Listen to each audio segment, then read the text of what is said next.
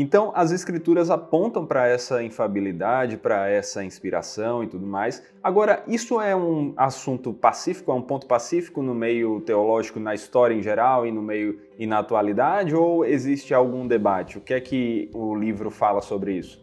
Então, aí nós temos aí uma série, inclusive, de capítulos no livro que vão tratar de muitas interpretações dessa doutrina da inspiração já na história da igreja, tem, já desde o começo da história da igreja tem várias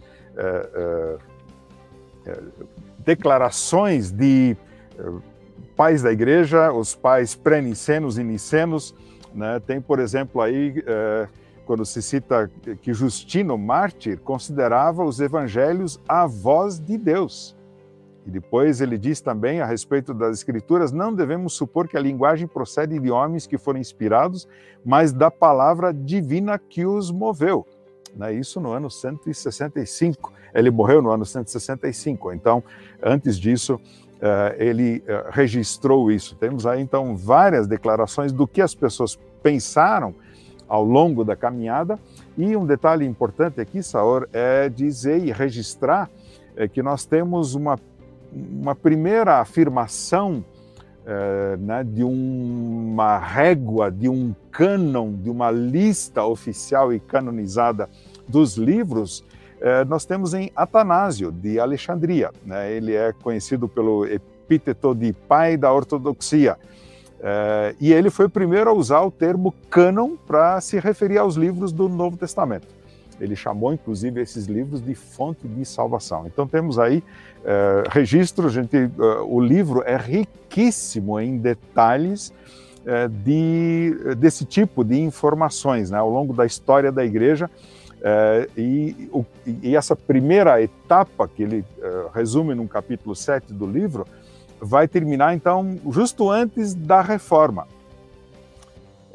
E aí, olha só, Sauro, o que é que aconteceu com Lutero, Temos aí, ele faz o fecho de um capítulo antes da Reforma para dar o tom de como vai ser o capítulo Doutrinas de Inspiração desde a Reforma. E aí ele diz o seguinte, que os conciliaristas recorreram à Bíblia contra o Papa e na disputa de Leipzig, em 1519, quando João Eck disse a Lutero que seu ensino trazia consigo o vírus da Boêmia, já que confiava mais nas escrituras sagradas do que nos pontífices supremos, nos concílios, nos doutores e nas universidades. Olha que coisa impressionante, isso é vírus. Confiar mais nas escrituras do que em pontífices, concílios, doutores e universidades. Então, vejam só o que Lutero respondeu. Lutero respondeu que não desprezava as opiniões dos mais ilustres pais, mas que era necessário dar a preferência às escrituras inteligíveis. A autoridade das escrituras está além de toda a capacidade humana. Então, vemos aí, assim terminou, assim foi a transição de antes da Reforma para a época da Reforma. E na época da Reforma mesmo, posso comentar sobre isso, Saur? Claro. Então, na época da Reforma mesmo, um dos grandes solas da Reforma, foi o sola scriptura, porque houve essa volta às Escrituras. E aí ele faz algumas afirmações bem concisas, precisas, dessa época, citando alguns dos líderes da Reforma. Na Dieta de Worms, Martinho Lutero afirmou que nada pode ser afirmado em relação à fé que contradiga ou que vá além das Escrituras ou da razão evidente. Aí depois ele segue.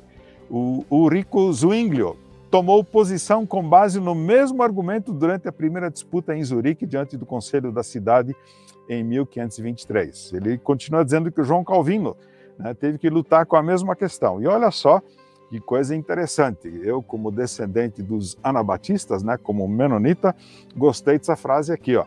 Os anabatistas foram, entre todos os partidos, o mais fiel às Escrituras no período da Reforma. Então, o pessoal realmente levou muito a sério a questão das escrituras. Menno Simons foi um deles. Ele escreve que ele analisou toda a questão da ceia, como ela era interpretada, do batismo de crianças, e ele dizia: não consigo encontrar sustentação nas escrituras para isso. E a questão do batismo, quando ele viu alguém da sua aldeia ser morto como mártir logo depois de ter sido batizado, para ele foi o ponto determinante para a sua decisão, depois de um processo de 10 anos de reflexão sobre toda essa novidade que estava aparecendo na Europa, especificamente vindo para os lados da Holanda, né?